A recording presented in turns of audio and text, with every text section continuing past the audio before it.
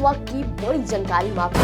क्या एक मासूम छात्रा की मौत के गुनहगारों को बचाने के लिए अब सिस्टम ने अपनी आंखें मूंद ली है। नमस्कार, मैं हूं प्रिया राज और आप देख रहे हैं स्वराज पोस्ट। सीधे तौर पे इस वक्त की बड़ी जानकारी हम आपको दे रहे हैं। क्या इंसाफ के रास्ते में खाकी ही रोड़ा बन गई है? क्या एक मासूम छात्रा की मौत के गुनहगारों को बचाने के लिए अब सिस्टम ने अपनी आंखें मूंद ली है? देखिए, पटना का वो नीट छात्रा केस जिसने की पूरे बिहार को झकझोर कर रख दिया, अब उसमें एक बहुत बड़ा मोड़ आया है।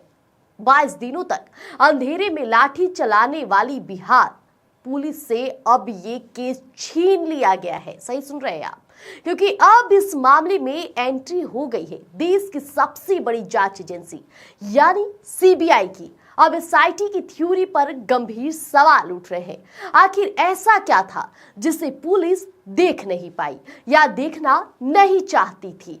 आत्महत्या का राग, यानी कि पहले दिन से ही पुलिस इसे सुसाइड बताने पर तुली हुई थी, जबकि पोस्टमार्टम रिपोर्ट चीख चीख कर कह रहा था कि ये रेप और मर्डर की गवाही दे रही थी। लेकिन डीएनए का फ्लॉप शो। देखिए, 18 लोगों के डीएनए सैंपल लिए गए, लेकिन नतीजा 0 सामने आया। क्या सैंपल लेने में लापरवाही हुई या फिर असली गुनहगार तक पुलिस पहुंचना ही नहीं चाहती थी? और सील नहीं हुआ क्राइम सीन। देखिए, हॉस्टल के उस कमरे को समय रहती सील क्यों नहीं किया गया? सीसीटीवी फुटेज के साथ छेड़छाड़ की आशंका भी और देरी से हुई फोरेंसिक जांच। क्या ये सब किसी को बचाने की साजिश थी? सवाल उठता है। अब विधानसभा सत्र शुरू हुआ और ऐसे में विपक्ष के तीखे सवालों से बचने के लिए क्या सरकार ने सीबीआई का रास्ता चुना है? तेजस्वी यादव का सीधा आरोप है कि बिहार का प्रशासनिक ढांचा भ्रष्ट हो चुका है। परिवार का कहना साफ है कि पुलिस उन्हें ही प्रताड़ित कर रही थी और बजाय असली कातिलों को पकड़ने के। अब सवाल यह भी है कि क्या सीबीआई उन सबूतों को तलाश पाएगी जो 22 दिनों में धुंधले पड़ चुके हैं?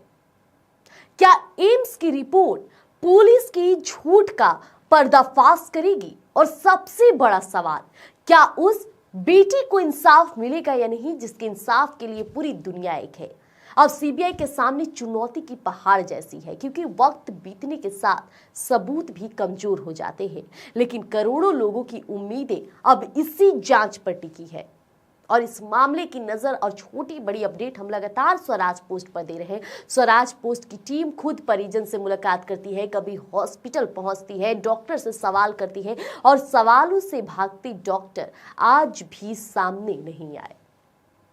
तमाम सवाल, बड़ी बड़ी एजेंसी लग गई, टीम बन गया, लेकिन उसके बावजूद भी बेटी को अब तक न्याय नहीं मिला। लेकिन सीबीआई की एंट्री हुई है। क्या सीबीआई बेटी को न्याय दिला पाएगी, उन गुनहगारों तक पहुंच पाएगी जिसका इंतजार पूरी जनता, पूरा देश कर रहा है? देखिए, बात तो सिर्फ अब एक बेटी के हत्या, मौत, मर्डर, जो भी बोले उसका नहीं रहा। अब बात सीधी तौर पे प्रशासन पर उठ रही है कि आखिर प्रशासन इतनी लापरवाह क्यों? क्योंकि देखिए, इन दिनों देखा गया कि बिहार विधानसभा चुनाव चले, बड़े बड़े वादे किए गए, चुनाव के बाद पद दिया गया, पद के बाद और गरिमा बढ़ गई, बड़े बोल बोलते नजर आए। चाहे बात किया जाए सम्राट चौधरी, विजय सिन्हा, तमाम ऐसे सत्ता पक्ष के नेता है जो कहते नजर आ रहे थे कि अब गुनहगारों की जगह इस धरती पर नहीं रहेगी, उन्हें कड़ी से कड़ी सजा दी जाएगी।